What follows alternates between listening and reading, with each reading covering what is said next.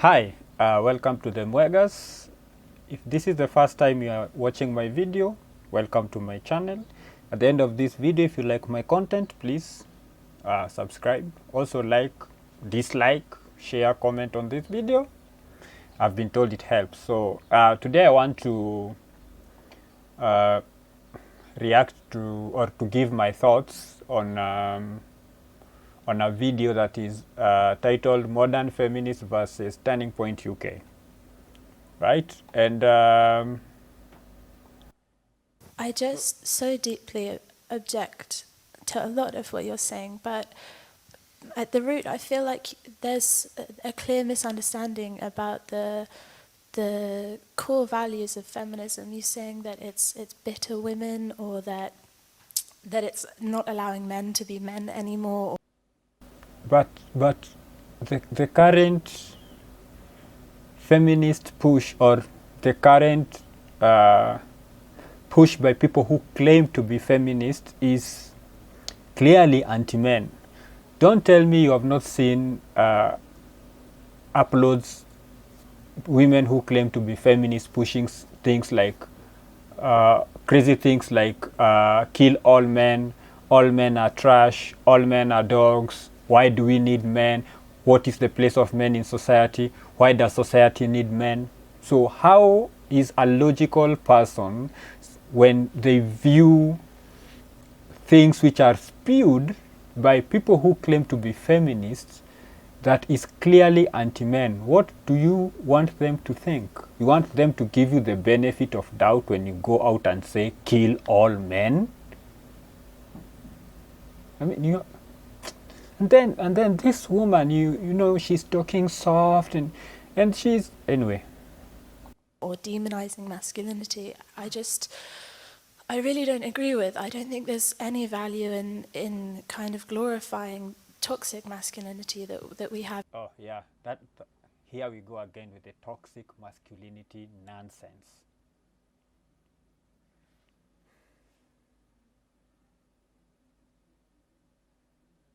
You know, this push to demonize masculinity, because masculinity is about strength, it's about leadership.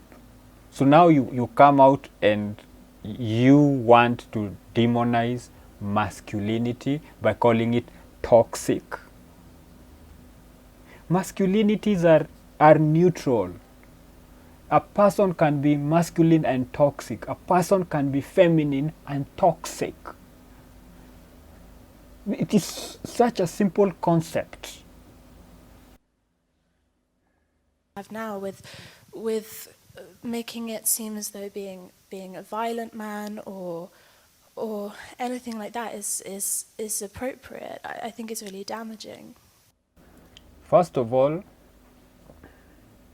masculine has a component of violence in it, but it is not the only component, right? Being masculine has to comes with the component of violence, but it is not the only component. What do you want? When a person attacks you physically, you need to be able to respond in kind, and in fact respond to the point where the person who made the mistake of attacking you physically will think twice or will refrain from doing that a second time. Why do you think countries have armies? You think because they just like to spend money, thousands and thousands and thousands of dollars or shillings or yen or whichever currency you are using, you think countries just enjoy spending money on the army? But it's because it is needed. Because a country with no army is a country that is just inviting invasion. Human nature is violent. It is about taking advantage. Anyway, let's continue. So this nonsense of, you know, projecting that masculine is all violent, that's nonsense. It's like saying feminine or femininity is weakness. It's all weakness. It comes with component of physical weakness, but then it comes to many other components. Same case like masculine comes with components of physical, physical strength, and that physical strength is supposed to be put to work to defend.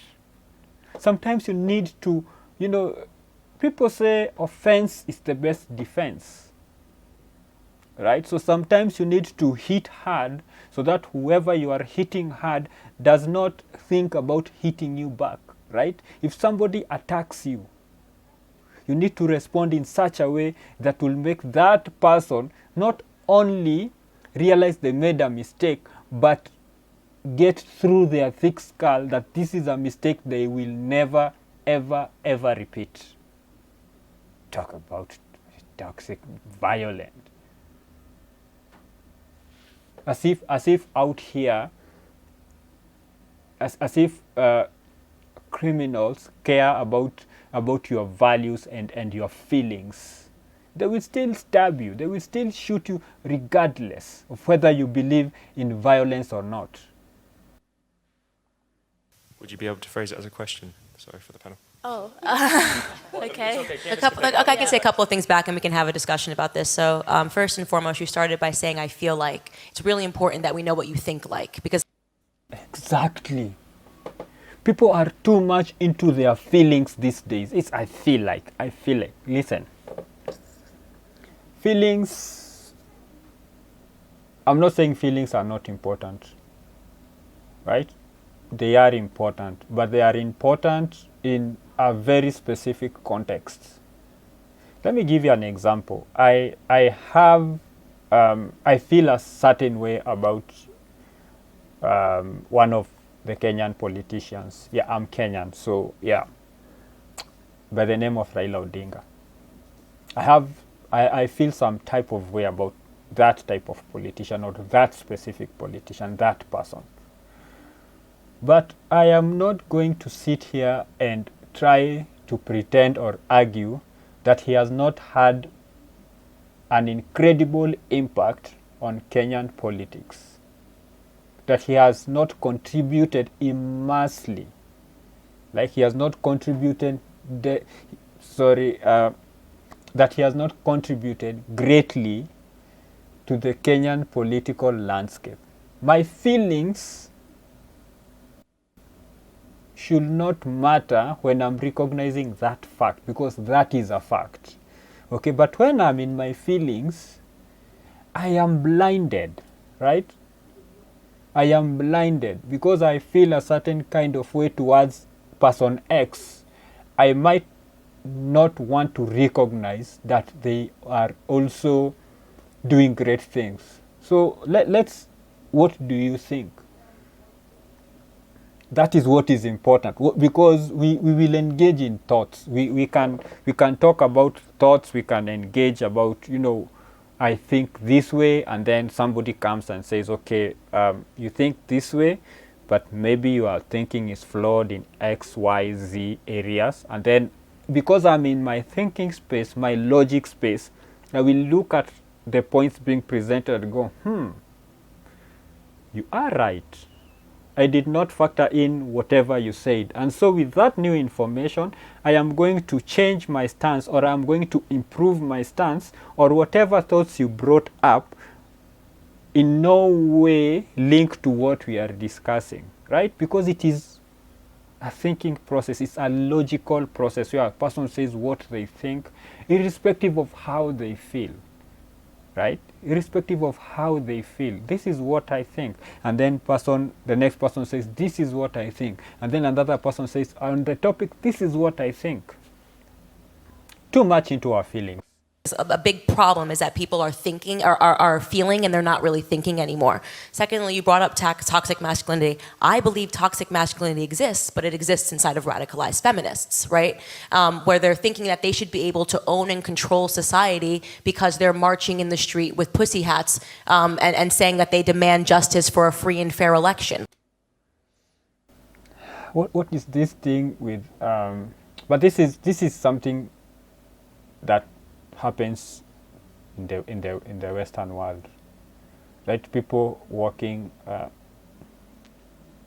boobs out, naked in the streets, because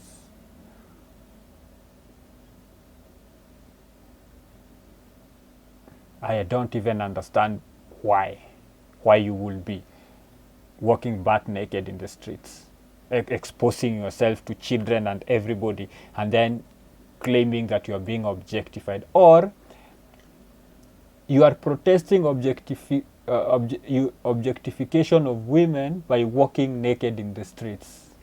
Please help me with what is the logic behind that. So you attract objectification in protests of objectification. Like they did with Donald J. Trump. I don't like this trend where we're trying to turn men, and you call it, masculinity is masculinity. I like masculinity. Masculinity is actually the one thing that saved me in life. I was grateful to have my grandfather, who was the strongest example of what it means to be a man, right? And because of that, having that structure, it actually saved me because he taught me personal responsibility. He taught me to have a relationship with God, right? And yes, he's a man's man. He did everything with his hands. He worked on a sharecropping farm from the time he was 5 years old. Today, that archetype of what a man is being taught that there's something wrong with it, that there's something that's implicitly violent. Society has it in its head that men can only be men when the society wants them to be men. That men cannot just be men and remain men. They can only be men when and how society wants them to be men, right? Like, for example, a car, there's an accident and a car has overturned. So you'll see them calling to men to come and help out, right? You'll not see them running and calling random women to come and, lift the car out of the ditch. They'll be calling on the men. So because that time they need a strong man, physical strength. But then, when a man says we are physically strong, you see them being accused of being misogynists and sexists, because women are also strong. That's such nonsense. So, for example, you get like in parts of Kenya, there are places where there is cattle rustling, right? People come and raid a village to steal cattle. How many times do you see those villages rushing to the neighboring village to call on to women to come and defend the other village?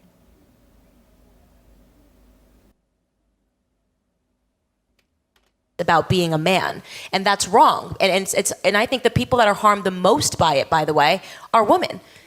Women are harmed the most. When you break down men and strong fathers, we are the ones that suffer the most. And also, can I just say that, men commit suicide at faster rates than women. Women actually live longer than men. Most men are actually in prison, and most men, more than women, are homeless. So women graduate more from college. In what way are we suffering? What statistic do you feel that women are suffering and men aren't? Because there might be a meninist. There might need to be a meninism movement. You have a female prime minister. I would just say, there's a lot of things to address there, but to begin with, what you say about having a strong grandfather, a male figure, if you're saying that you've internalized the... See, this is the other nonsense. This internalized. I am against this because of this reason. No, it's not because of this reason. It's because you've internalized something which I think you have. So this is the ego trip that some of these women tend to go off on. How dare you tell me what I am going through? How the audacity of some women and men to come on now. So now, so you are having a discussion with a fellow woman who says your premise is wrong, and then instead of addressing the issue, because Candace Owen says, I am the woman I am because of having a strong father figure, her grandfather. And then the woman just says, if you think you turned out the way you turned out because of having a strong grandfather, you've internalized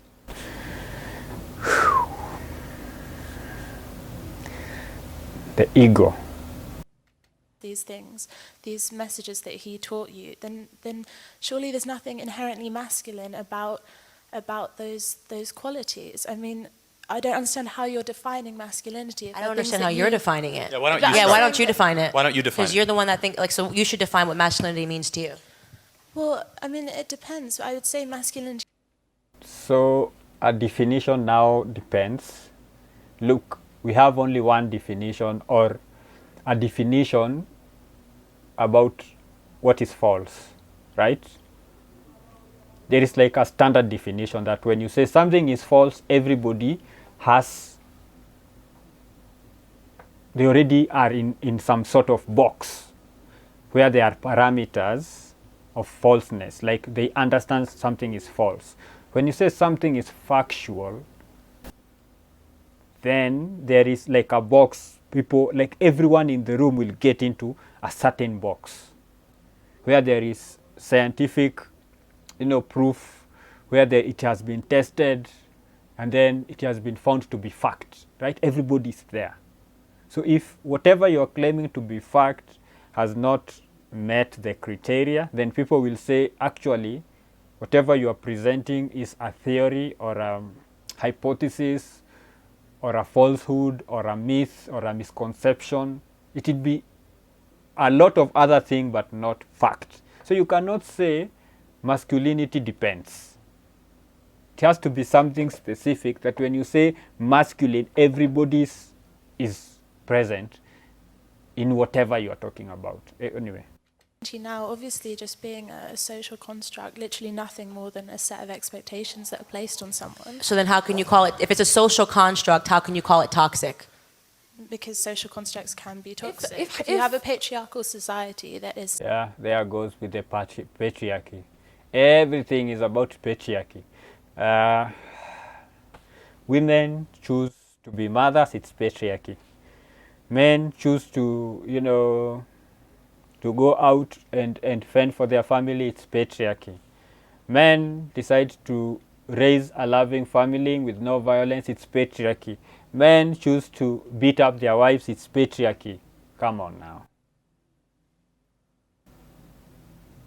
Patriarchy cannot be the answer to everything that is wrong in society. You cannot just have one factor that you blame for everything. Sending a message that men need to be dominant, or they need to be, I know you don't like the word violent, but I think there's something violent about it. About masculinity? No, about the sort of masculinity that we have now, this toxic... What makes that a construct, though? In order for something to be a construct, it has to begin as a norm, which a majority amount of people follow. A majority it doesn't. Of if people you have a patriarchal society that is sending messages that men need to possess certain qualities, and I believe the qualities that society decides that men need to have certain qualities.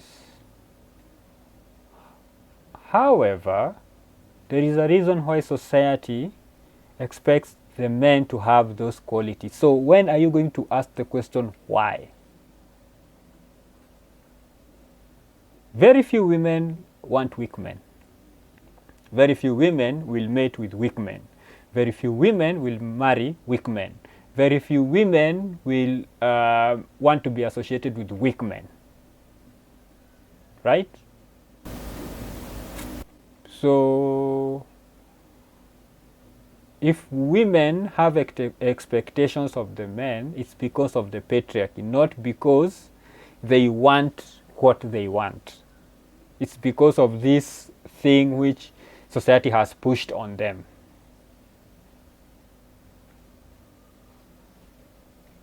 They're suggesting should be adopted are bad. Which quality? I just need to know what exactly you've seen when you've said that is an example of toxic masculinity. I think men feeling that they need to dominate spaces physically and speaking over women. This speaking over women. So men need to dominate spaces and speaking over women, as if women do not dominate spaces. This. Oh. Did I not hear the guy on the panel, I think it's Charlie, say that the Prime Minister is a woman. So the woman being Prime Minister is not dominating that space. So how, okay, who does she share the Prime Ministership with? She's the Prime Minister, right? So who does she share that responsibility with? Women presidents. Don't they dominate that space, that presidency space? Women CEOs, women leaders, women managers, don't they dominate the space in which they are in? Huh? So a woman CEO shares her CEO position with who else? So what do you mean by dominant space? And then speaking over women. Men speak over men. Women speak over women. Women speak over men. So are they also exhibiting toxic masculinity? When a woman speaks over a man, is she exhibiting toxic masculinity? And can she even be said to have toxic masculinity since she is female? Interrupting women. Interrupting women. So now you are expecting a man to sit through BS because he cannot interrupt you, because if he interrupts you because you have a vagina, then that is toxic masculinity. It doesn't matter if you are talking crazy like this woman. It doesn't matter if you are spewing nonsense like this woman. It doesn't matter if what you are saying is the stupidest shit anyone has ever heard. A man, God forbid a man says, I disagree with you. Hey, excuse me, no, we'll not listen to that. No, you need to explain. Oh, yeah, toxic masculinity. Because you don't want to be accountable, right? You just want to talk for 10 hours saying absolutely rubbish and nobody can tell you, excuse me, summarize it, okay? We don't have time. You can't be talking for 10 hours about non-issues. We are not on the same boat. Just nobody, no man can raise the hand and say, excuse me, would you please get to the point? So now we are just going to have an ending office meetings, because if a woman is speaking, no man can interrupt. Even if they are saying, let's jump into this ditch. Oh no, let's just go and kill all men. Or let's just go and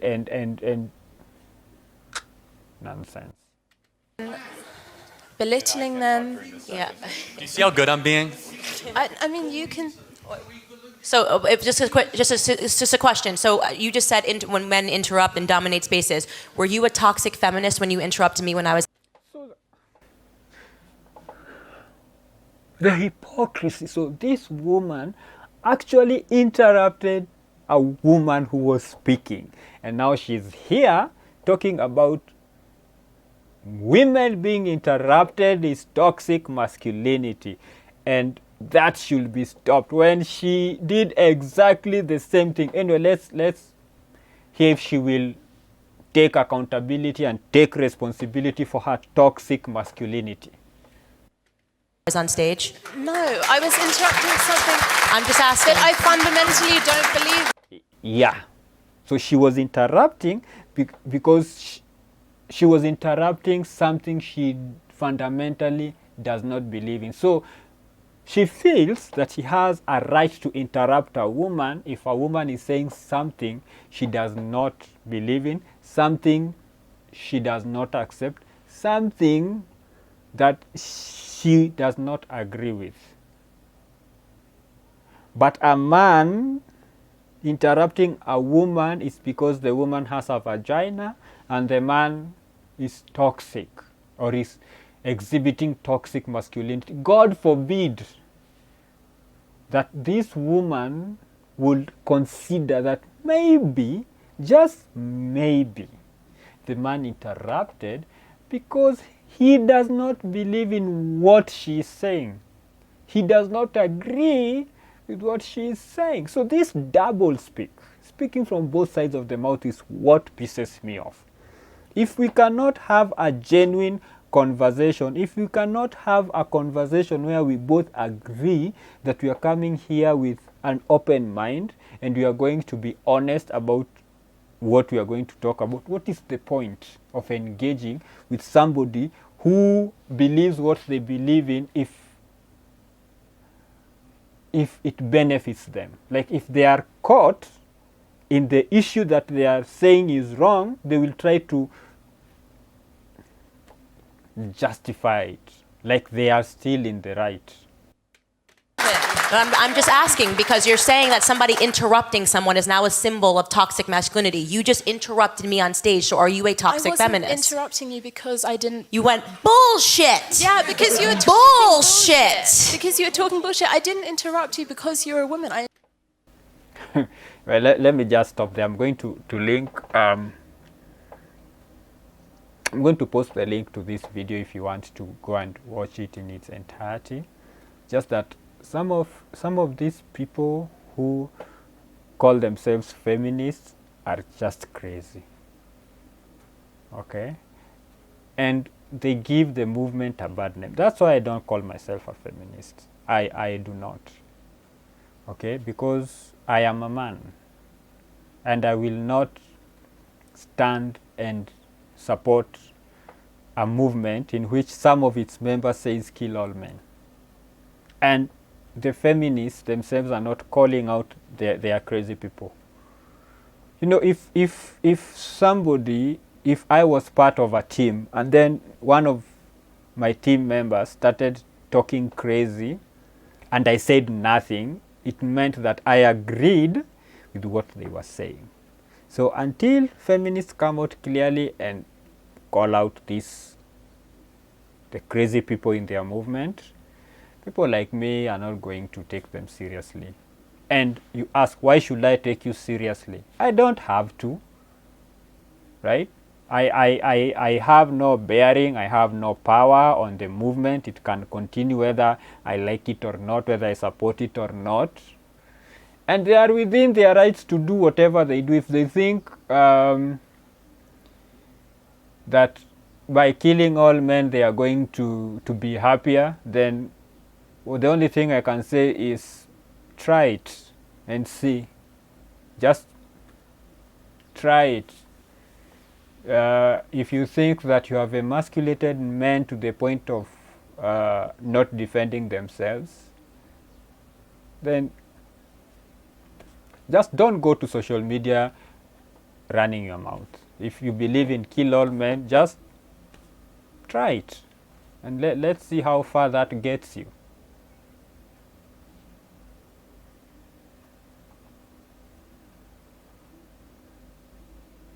So like I said, I'm going to post the link to this video. If you liked this content, please like the video or dislike it if you didn't like it. Share the video if you liked it. Share it if you just want to make fun of my reaction and, you know, call me a misogynist and a sexist and a stupid guy on the internet who has no idea what he's talking about. That is also acceptable. You can also comment and give me your thoughts, what you think about my thoughts on this video. Is there a place where I missed the mark? Let's engage in the comments. Thank you very much for joining me today. Have a good day.